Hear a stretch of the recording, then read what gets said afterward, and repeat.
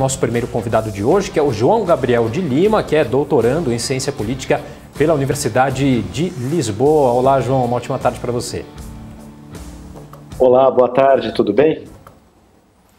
Tudo em ordem. Tudo ótimo. Bom, vamos começar então falando um pouquinho sobre essa mais recente pesquisa eleitoral aí que a gente teve, que foi essa pesquisa do BTG e da FSB, divulgada nesta segunda-feira, né, que apontou aí uma disparada aí, uma vantagem do presidente Lula, do ex-presidente Lula do PT, com 46% aí das intenções de voto, né? O presidente Bolsonaro aparece aí na sequência com 32%.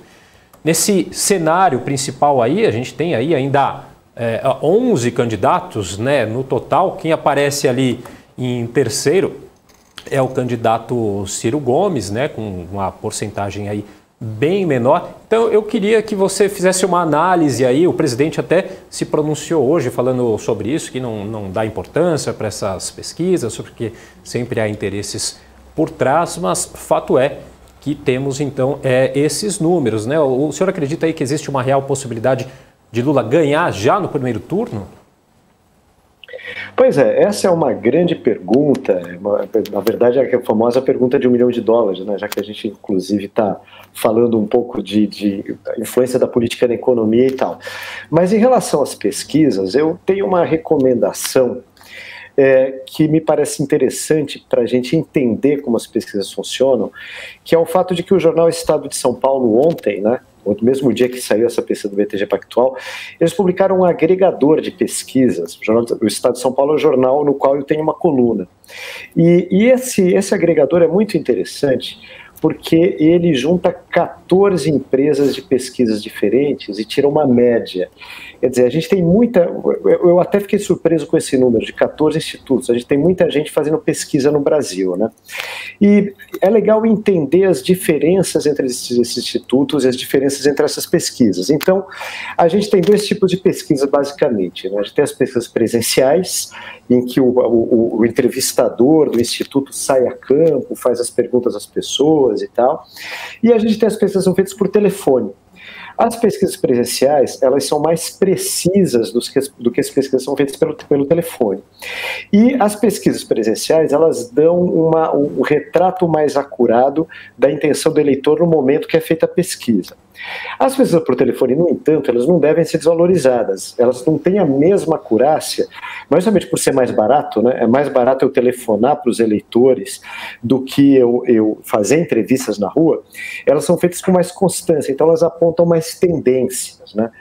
E esse agregador, ele tira uma média entre as pesquisas presenciais e as pesquisas feitas por telefone. E nessa média, a última média que foi feita pelo Estadão, que foi feita ontem, há realmente uma vantagem grande do ex-presidente Lula sobre o presidente Bolsonaro por 47-29, são 18 pontos de vantagem nessa média, né?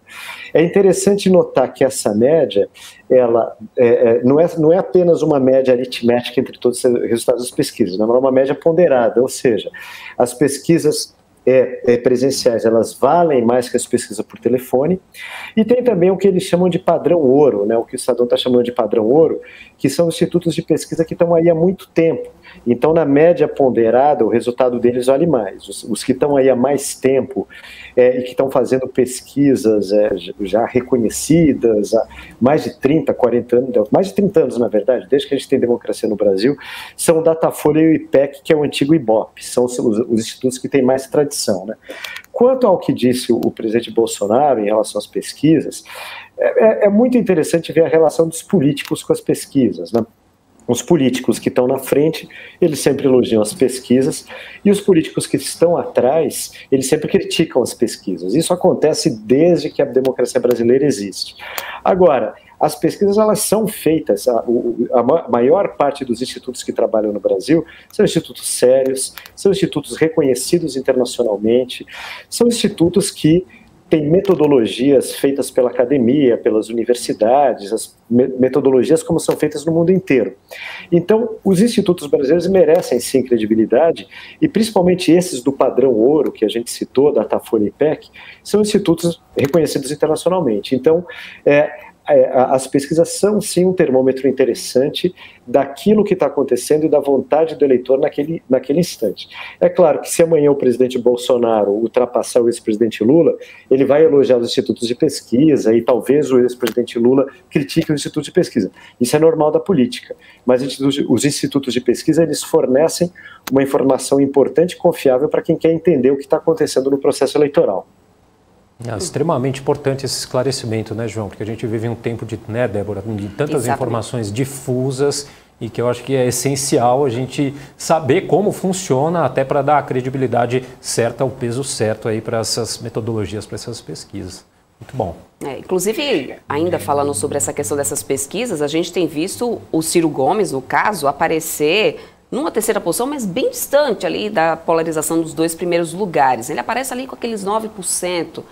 Com esses 9% que ele tem aparecido nessas pesquisas, você acha que existe força suficiente para ele ser escolhido como uma terceira via, talvez, num caso de conseguir aí vir com o discurso de repente, de ser a opção, né, antipetismo, que algumas pessoas tanto querem? Você acredita que isso pode realmente favorecer Ciro de alguma forma ou não?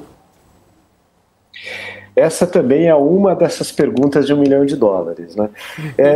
Eu vou começar. Eu não quero nada quase, né? Pois é. Não, é difícil, mas tem uma questão interessante nas pesquisas. Bom, antes de falar das pesquisas, o Ciro está aí, né, em terceiro lugar, e a eleição é aquela coisa, né? A gente tem 4 meses até as eleições, muita coisa pode acontecer. É interessante notar que em eleições anteriores, né, quando, por exemplo, nas eleições de 1994, o ex-presidente Fernando Henrique, ele só ultrapassou o ex-presidente Lula, que era o principal concorrente, né? Havia uma grande competição entre Fernando Henrique e Lula, e o Lula liderava há muito tempo, ele estava em primeiro lugar. E ele só foi ultrapassado pelo ex-presidente Fernando Henrique em julho. Né? Então a gente está ainda no final de maio, começo de junho, né?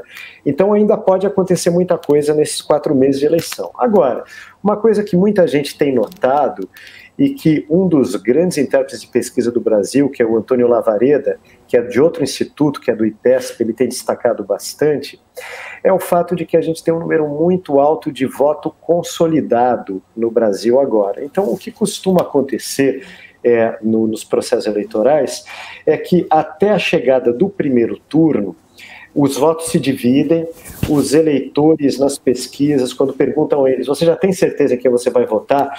Eles falam, não, eu vou votar no fulano de tal, mas eu ainda estou em dúvida entre o cicrano e o beltrano. Então o grau de dúvida costuma ser muito grande nesse período que a gente está 4 meses antes das eleições, né? E o que as pesquisas têm mostrado, né, essa somatória dessas pesquisas, a agregação das pesquisas tem mostrado agora, é que a gente tem um número muito alto de voto consolidado. A maior parte dos eleitores do presidente Bolsonaro e a maior parte dos eleitores do ex-presidente Lula, eles dizem que têm certeza já em que eles vão votar. É um grau de certeza que é comparável ao grau de certeza da reta final das eleições. Então, como demorou muito para aparecer candidatos de terceira via, ou os candidatos demoraram muito para se colocar, os eleitores já foram escolhendo entre Lula e Bolsonaro, né? E tem um outro adendo que é bastante interessante a gente notar, e também é uma coisa que o próprio Antônio Lavareda disse numa entrevista que ele deu para uma das minhas colunas. Eu publiquei essa informação numa das minhas colunas há umas 3 semanas atrás. Tem um dado muito interessante dessa eleição, que é a primeira vez que acontece no Brasil. É a primeira vez no Brasil que a gente tem o Brasil, a democracia brasileira, não só desde 89, mas desde que o Brasil se tornou uma república, né? É a primeira vez que a gente tem a competição, os 2 principais candidatos são um presidente e um ex-presidente. Isso nunca tinha acontecido antes no Brasil, e isso é muito raro de ocorrer no mundo. Isso quase aconteceu na França, agora na última eleição, que o Nicolas Sarkozy, ele pensou em concorrer contra Emmanuel Macron, mas desistiu, né? Quase aconteceu na Argentina, agora que a Cristina Kirchner, ela quase concorreu contra o Macri, que era o presidente em exercício, mas ela desistiu de concorrer. Raramente isso acontece, e no Brasil isso está acontecendo agora. A gente tem o presidente Bolsonaro contra o ex-presidente Lula. Por que eu estou dizendo que isso é importante na questão do voto consolidado? Porque é uma eleição em que o eleitor conhece os candidatos. Então, ele pode gostar ou não do ex-presidente Lula, mas ele sabe mais ou menos como é um governo do ex-presidente Lula, porque o ex-presidente Lula ele foi presidente entre 2002 e 2010, né? E o presidente Bolsonaro é o presidente. O eleitor pode gostar ou não do presidente Bolsonaro, mas ele está aí governando, né? Então não tem surpresa. O estilo do presidente Bolsonaro é esse que está aí, como o estilo do ex-presidente Lula era aquele. Isso faz com que a gente tenha uma consolidação de voto muito grande. Você perguntou do Ciro. O Ciro ele é o terceiro colocado nas pesquisas, né? Uma distância muito grande. Surgiu agora a candidatura da Simone Tebet, né, da deputada Simone Tebet, que está aí tentando ser a terceira via, talvez com o apoio do PSDB, mas esses dois candidatos, eles podem chegar lá, pode ser que algum deles consiga chegar ao segundo turno, né? A deputada Simone Tebet, ela é seria de um partido de centro-direita, então ela, para chegar lá, ela teria que tirar o presidente Bolsonaro do segundo turno. O Ciro corre mais na raia da esquerda e tal. Agora, nesse cenário de voto consolidado, é mais difícil. A tarefa desses candidatos da chamada terceira via, né, é bem mais difícil, porque a maior parte dos eleitores do presidente Bolsonaro, ele já escolheu o presidente Bolsonaro, já tem uma votação consolidada, e a maior parte dos eleitores do ex-presidente Lula também tem uma votação consolidada. Então, é muito difícil a terceira via, é muito difícil a tarefa dos candidatos da terceira via nesse momento. Pois é, e aí, no caso, o tempo acaba trabalhando a favor aí dessa polarização, quer dizer, enquanto não se define... A pergunta que eu quero fazer para você, João, é a seguinte: a terceira via, ela pode acabar sendo, e bem provável, vítima de si mesma, né? Porque quanto mais se demora aí para ter uma definição, a população, cada vez mais ciente da política, tendo mais interesse, a população percebe que há um problema aí de definição, né? E essa incerteza não gera uma boa imagem para o eleitorado. Estou certo? Sim, sim. Isso é uma questão polêmica, porque no ano passado, quando começaram as discussões da terceira via, foi no ano passado já, né? No ano passado, as candidaturas já estavam colocadas. Todo mundo sabia que o presidente Bolsonaro seria candidato à reeleição, né? Todo mundo sabia que o ex-presidente Lula era o candidato, né? E aí começaram as conversas, teve as prévias do PSDB, a gente teve tudo aquilo, e havia gente que dizia: não, deixa pra gente falar, ninguém está preocupado com a eleição agora, deixa para depois e tal. Mas a verdade, quer dizer, o que o tempo mostrou é que essa demora de definição de candidatura da terceira via, ela foi ruim para a terceira via, ela acabou sendo ruim para a terceira via, porque os eleitores eles foram escolhendo seus candidatos, né? E aí a gente pode até, dentro dessa questão da consolidação, voltar para aquele ponto que foi colocado logo no começo dessa entrevista, que é a possibilidade do ex-presidente Lula vencer ainda no primeiro turno, né? Dentro desse contexto todo da consolidação dos votos. E o ex-presidente Lula, segundo a pesquisa do Datafolha, que é um dos dois institutos padrão ouro, né, vamos lembrar aqui, né, junto com o IPEC, ele apareceu na pesquisa do Datafolha com 54% dos votos válidos. E justamente por ser um instituto de muito prestígio, isso movimentou muito as peças da política em Brasília. As pessoas discutiram muito isso. Não sei se vocês se lembram, mas o presidente Bolsonaro cancelou a live dele no dia que a pesquisa foi divulgada, né? E o que acontece aí, né? Quer dizer, não é só o número de 54%. É também outros dados, porque também quando a gente olha para uma pesquisa eleitoral, a gente não olha só para aquele número que aparece lá em cima, né? Mas os políticos, né?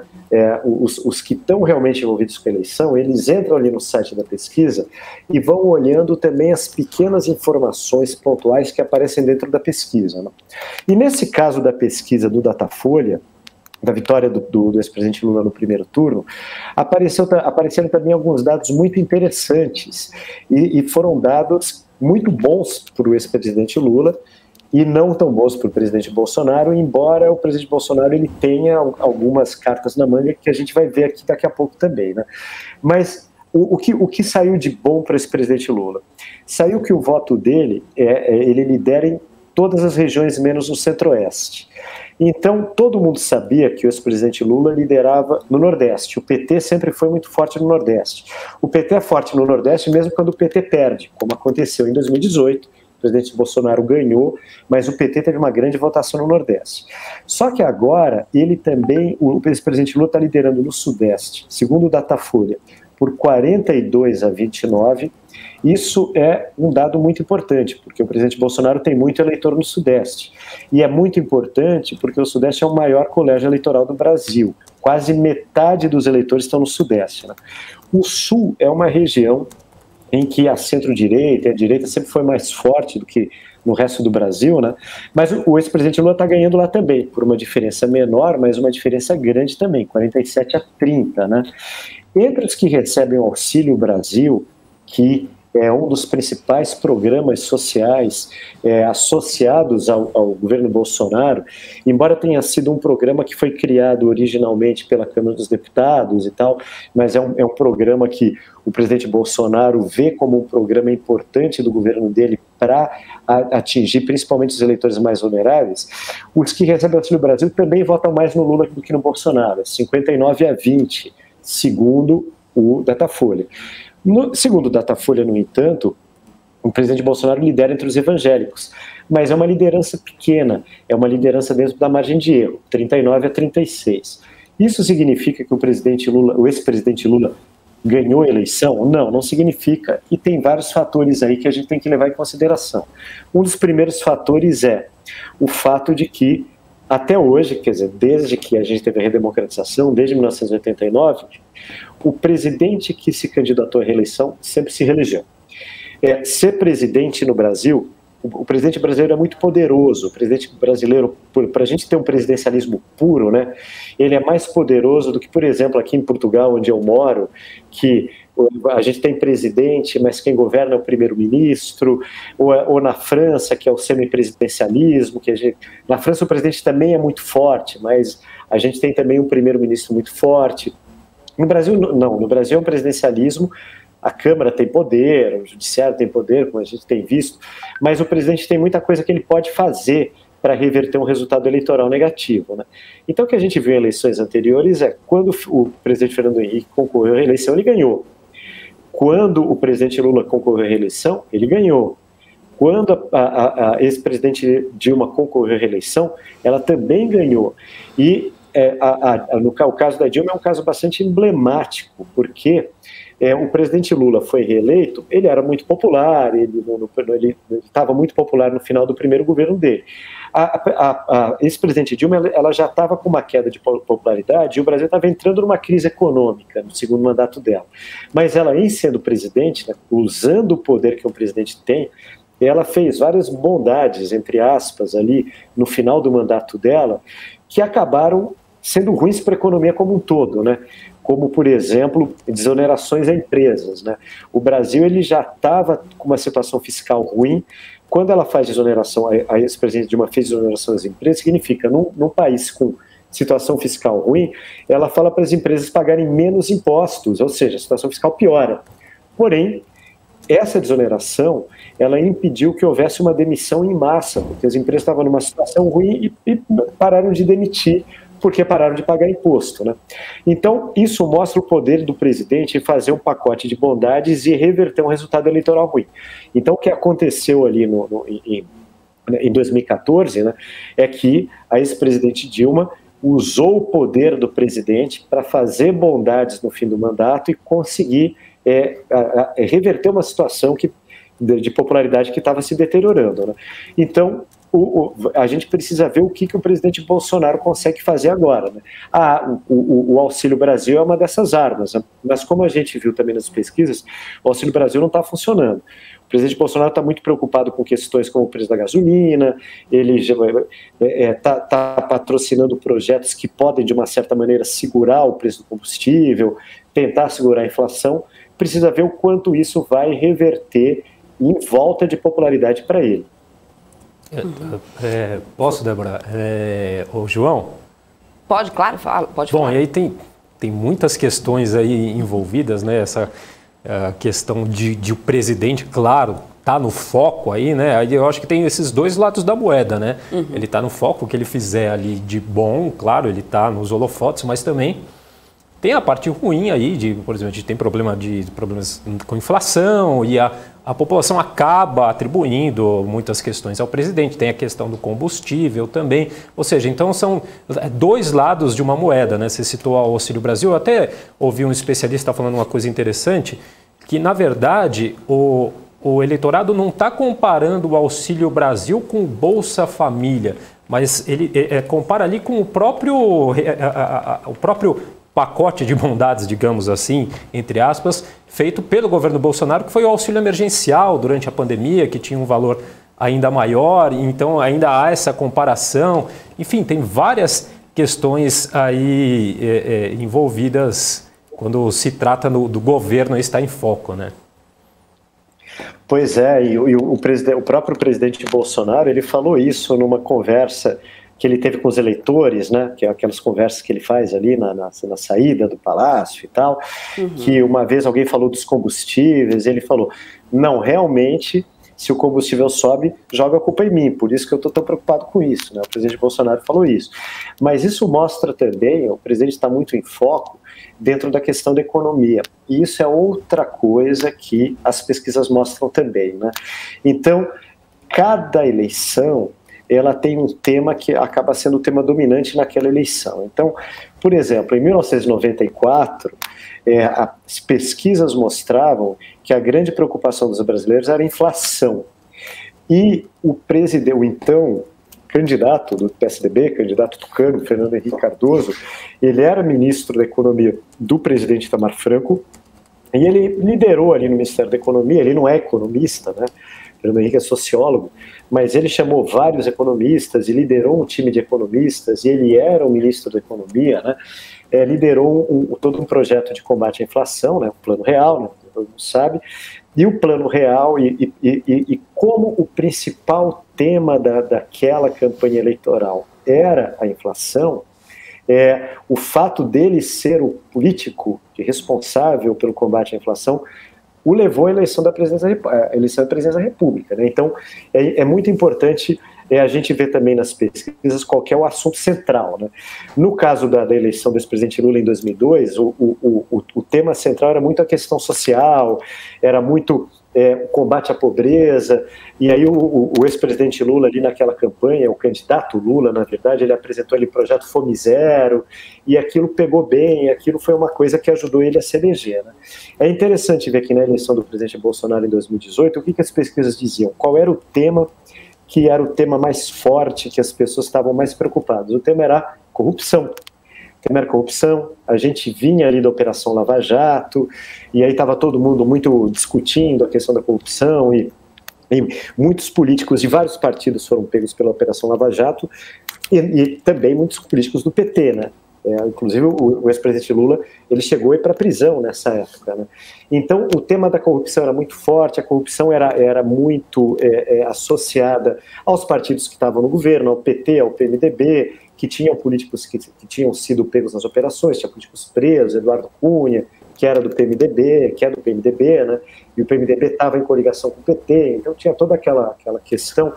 E é interessante mostrar que o então candidato Jair Bolsonaro, ele tinha um discurso muito forte anticorrupção. Isso foi uma das pedras de toque do discurso dele, né? Então, e ele ganhou a eleição, foi eleito presidente da República, o presidente Jair Bolsonaro em 2018, com um discurso anticorrupção.